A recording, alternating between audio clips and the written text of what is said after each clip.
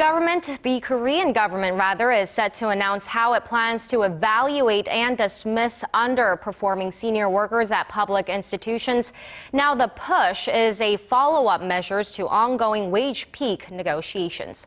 Our Shin Se reports. The Finance Ministry is set to release guidelines for evaluating workers at public institutions and laying off underperforming senior workers before the year ends. The move is part of the government's normalization plan that aims to make it easier to fire employees that are not pulling their weight. The idea is to dismiss executives at public institutions that fail to produce substantial results over the course of 2 years. Labor reform efforts have so far been focused on getting companies to adopt the so-called wage peak system that allows older employees to work until later in life, but on a lower salary. Seeing the wage peak system gain more momentum, the government is now turning to the idea of creating more accountability.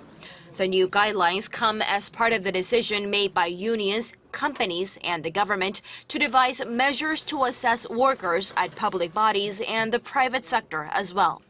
Already for government workers, stricter plans are in the works. Earlier this month, the Ministry of Personnel Management announced measures to reinforce performance-based evaluations for public servants. They state that workers given the lowest ranking, or those who don't receive assignments for set periods of time, will be dismissed, but that multiple following screenings will help ensure employees are not let go unfairly.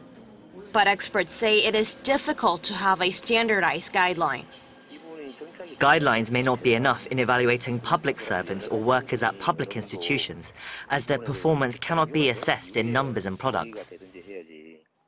He added that a more rational guideline catering to workers at public institutions as well as a fair way of evaluating workers are necessary.